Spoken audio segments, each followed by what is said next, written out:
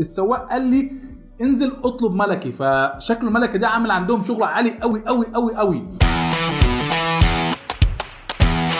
والسلام عليكم ورحمه الله وبركاته اعزائي المشاهدين، ومرحبا، اخباركم؟ رب تكونوا بخير. النهارده فيديو جديد كالمعتاد، والنهارده جايين بالعريكه. وهي دي العريكه بتاعت عم جاسم او عم قاسم، اجمد عريكه في منطقه مكه وجده. والعريكه دي اسمها عريكه ملكي. ولما سالت الشباب هناك اللي بيطلبوا قالوا لي ملكي، وانا نازل من التاكس السواق قال لي انزل اطلب ملكي، فشكله الملكي ده عامل عندهم شغل عالي قوي قوي قوي قوي. ويلا بينا. العريكه طبعا هي جايه معاها 3 معالق او 4 معالق او 5 معالق. المعلقه عندهم ببلاش شكلها كده، ودي الفاتوره. والعريكه دي بالحجم ده هي اكبر او لا قد كف الايد، عامله 19 ريال. الاكبر منها مش فرق كتير، بس اكبر في الحجم عامله 22 ريال، واللي اكبر من كده بقى عامله 40 ريال، بس كبير يعني حجم عائلي تاخد لها مثلا 4 تنفار ولا حاجه. مبدئيا خلينا متفقين ان انا حبيت اصور لكم المطعم من هناك. ما شاء الله كميه العمال في المطعم الله اكبر كبيره جدا، كميه الطلبات اللي بره ما شاء الله بتثبت فعليا اسم عريكه عم قاسم او عم جاسم. دي حاجه تانية. وفي مفاجاتين ان شاء الله في اخر الفيديو، شوفهم هيعجبوك قوي. برضو بالصدفه سمعت عنهم ونويت اصورهم هناك قدام عم جاسم، عشان لو رحت ان شاء الله تطلب نفس الطلبيه. ونفتح ان شاء الله البوكس ده. بصراحه البوكس شكله عامل زي المعصوب. اللي يعرف المعصوب هو موز على تمر على لبن، حاجات زي كده برضو. انما العريكه دي بيتحط فيها تمر وقشطه وكمان جبنه، وبيتحط فيها مكسرات. جميل. هي مليانه تمر جدا، مليانه تمر. اعتقد ان هي اصلا معتمده على التمر بشكل كبير. فنبدا نقول بسم الله الرحمن الرحيم كده من غير ما نقلب كتير. طيب عشان اكون متفق، فعليا بتطلب هناك في العشاء، وانا طالبها على حوالي الساعه 10 بالليل، لكن انا برجعها للفطار فعليا على الصبح كده. لو واحد عايز يكبسها كده زي كبسه الفول يروح ياكل العريكه. يعني مش حاسس بطعم التمر قوي، لكن حاسس بحاجه كده يعني شداني. ايه هي الحاجه اللي محطوطه مع التمر مغيره الطعم؟ مش عارف. حاطط طبعا معاها قشطه، وحاطط معاها جبنه تعتبر سكريه اصلا. هي مش تعتبر، هي سكريه يعني. مكسرات كمان تمر قشطه، فهي سكريه 100%. هل السعر ده كتير او قليل؟ لا، السعر ده مظبوط جدا على الكميه. يعني انا شايف الكميه كتير على فكره. الكميه دي هاكلها 2 مش 1. حتى هو حاطط بتاع حوالي 5 معالق. انا مش عارف 5 معالق ازاي.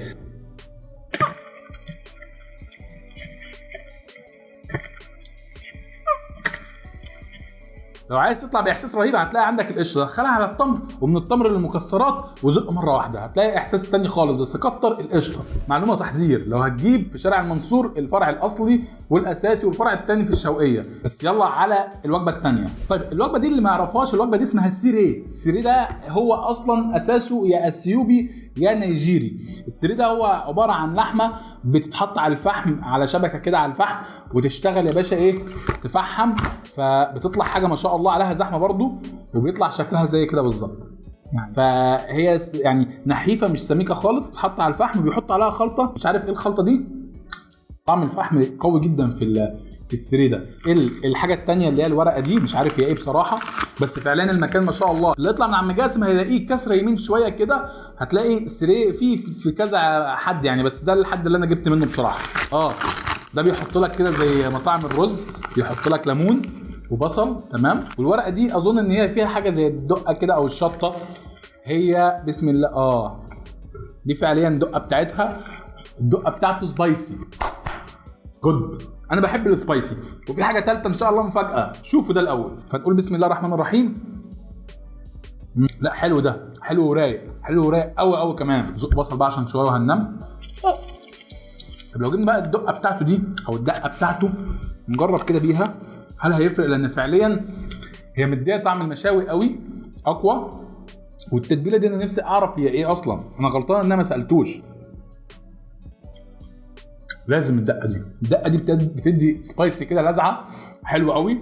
انا عاجبني المشروع. هو مش مشروع عربي خالص زي ما قلت، هو افريقيا نيجيريا اثيوبي. جامد. يعني انت برضه لو عديت كده على عم جاسم عدي خد من الراجل ده، بس انصحك بقى تاكل من الراجل ده الاول بعد كده عم جاسم، لان عم جاسم حلويات تحلي. بس ده برضه فعليا حق يتقال جامد. واللي اتفرج عليه قبل كده يعرف ان السبايسي هو حياتي، واللي ما اتفرجش قبل كده يدخل يتفرج على الفيديوهات القديمه ولايك وكومنت، وهتشوف حاجات ان شاء الله روعه الفتره الجايه، وهنوريكم الجديد ان شاء الله. وبيجي كمان بقى معاه ليمون. الليمون بقى تدي الرشه اللذيذه دي كده عليها، وتقوم داخل على السري.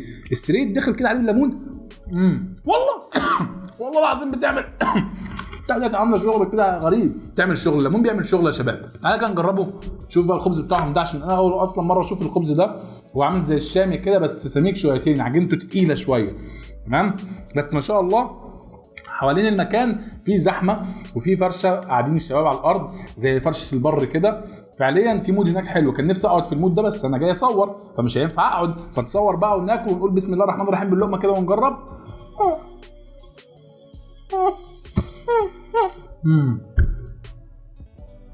احلى من العشري وحبيتها قوي قوي قوي. الاختراع ده بصراحه عجبني قوي.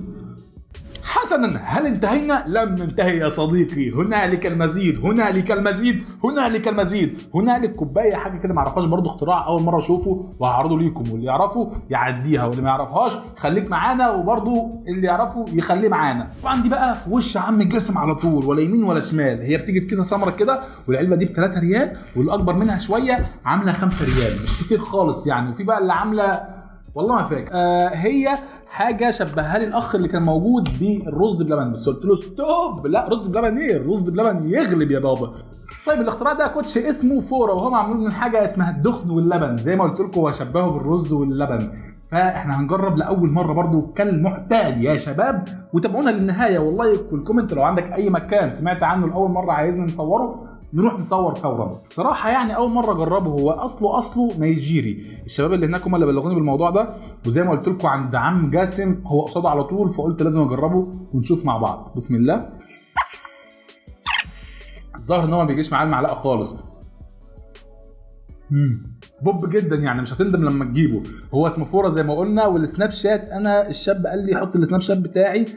عامة يعني هو في شارع المنصور حارة يمن، تمام. الداتا بتاعته هحاول ابعتها لكم في الديسكريبشن تحت، اللي حابب يجربه ان شاء الله هيعجبكم الوصفات بتاعته. وكان بيبيع حاجات زي الكركديه متهيالي او العناب حاجه كده، بس انا بصراحه قلت المميز عنده اجيبه، وهو ده المميز. وزي ما شفتوا النهارده عرضنا ليكم 3 حاجات مميزات.